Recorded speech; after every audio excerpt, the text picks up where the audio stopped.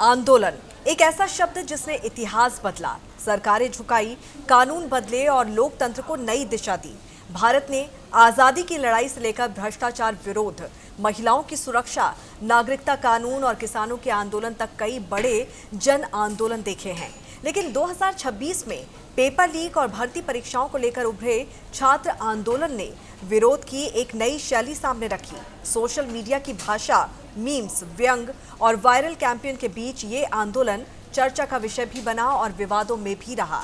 सवाल ये है कि क्या आंदोलन का तरीका बदल गया है या आंदोलन की आत्मा ही बदल गई है। सबसे पहले देखिए हमारी ये खास रिपोर्ट।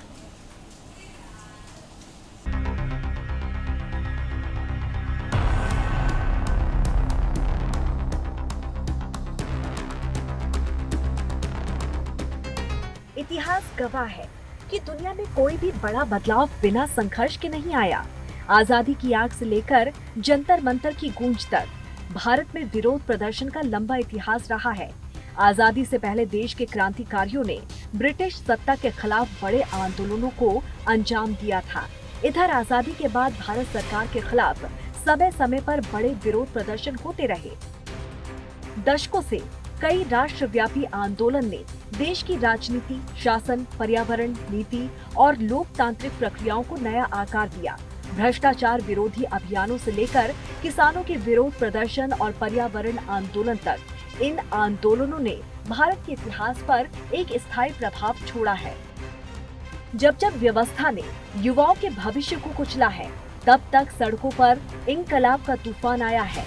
जेपी आंदोलन ने सिंहासन हिलाए, अन्ना के अनशन ने मंत्रियों के इस्तीफे लिए, लेकिन 2026 के इस दौर में विरोध का एक ऐसा तूफान उठा जिसने राजनीति के गलियारों में तहलका मचा दिया। इसे नाम दिया गया कॉकरोच आंदोलन। एक ऐसा तंज जिसने सोशल मीडिया से लेकर सीधे देश की राजनीति के सत्ता के गलियारों तक को कपा दिया।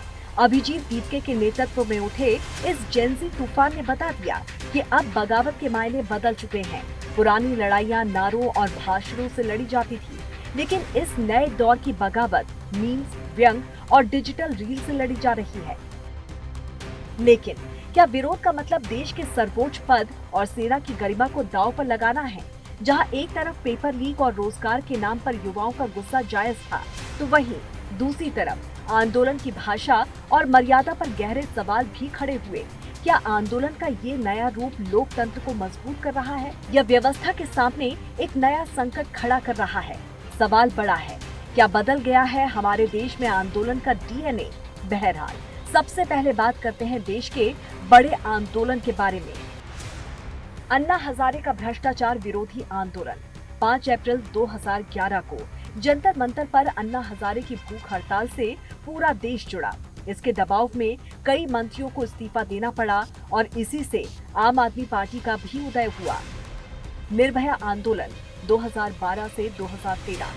दिल्ली गैंगरेप के खिलाफ हजारों लोग सड़कों पर उतरे। देशव्यापी समर्थन के बाद कड़े कानूनी बदलाव किए गए और तात्कालीन सरकार को बड़ा राजनीतिक झटका लगा। एंटी सीएए प्रदर्शन 2019-20। नागरिकता संशोधन कानून सीएए और एनआरसी के विरोध में दिल्ली के शाहीन बाग समेत देश के कई हिस्सों में महीनों तक बड़े पैमाने पर प्रदर्शन हुए। किसान आंदोलन 2020। नए कृषि कानूनों के खिलाफ पंजाब और हरियाणा के किसानों ने दिल्ली की सीमाओं पर ऐतिहासिक मोर्चा खोला, जिस पर सरकारी प्रयास नाकाम रहे और इसे भारी समर्थन मिला। जेपी आंदोलन 1975। 25 जून 1975 को इमरजेंसी के खिलाफ जयप्रकाश नारायण के नेतृत्व में उत्तर भारत में लाखों छात्र सड़कों पर उतरे। हजारों छात्रों को जेल भेजा गया और इसी आंदोलन से देश को कई बड़े राजनीतिक नेता भी मिले। देश में हुए ऐसे कई आंदोलन ने देश की दिशा में बड़ा बदलाव किया, लेकिन छात्रों की आवाज के नाम पर किए गए जेनजी के आंदोलन ने जाति, धर्म और देश विरोधी नारों की भी गूंज सुनाई थी। इस आंदोलन के दौरान कई बयान और नारे भी विवादों में रहे।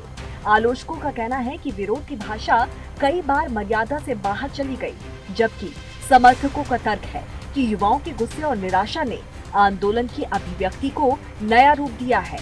इन आरोपों और जवाबों के बीच बहस सिर्फ आंदोलन की मांगों पर नहीं, बल्कि आंदोलन की शैली पर भी केंद्रित हो गई। हर दौर का आंदोलन अपने समय की भाषा बोलता है। गांधी के दौर में सत्याग्रह था, जेपी के दौर में छात्र शक्ति, अन्ना आंदोलन में जन लोकपाल और आज के दौर में सोशल मीडिया, वायरल कैंपेन और डिजिटल मोबिलाइजेशन। आंदोलन बदलते रहेंगे, तकनीक बदलेगी, चेहरे बदलेंगे, लेकिन लोकतंत्र में असहमति और विरोध की जगह हमेशा रहेगी। अहम सवाल यही है, क्या विरोध अपनी मर्यादा के साथ अपनी बात को अधिक प्रभावी बना सकता है, या बदलते समय में आंदोलन की परिभाषा भी बदल चुकी है।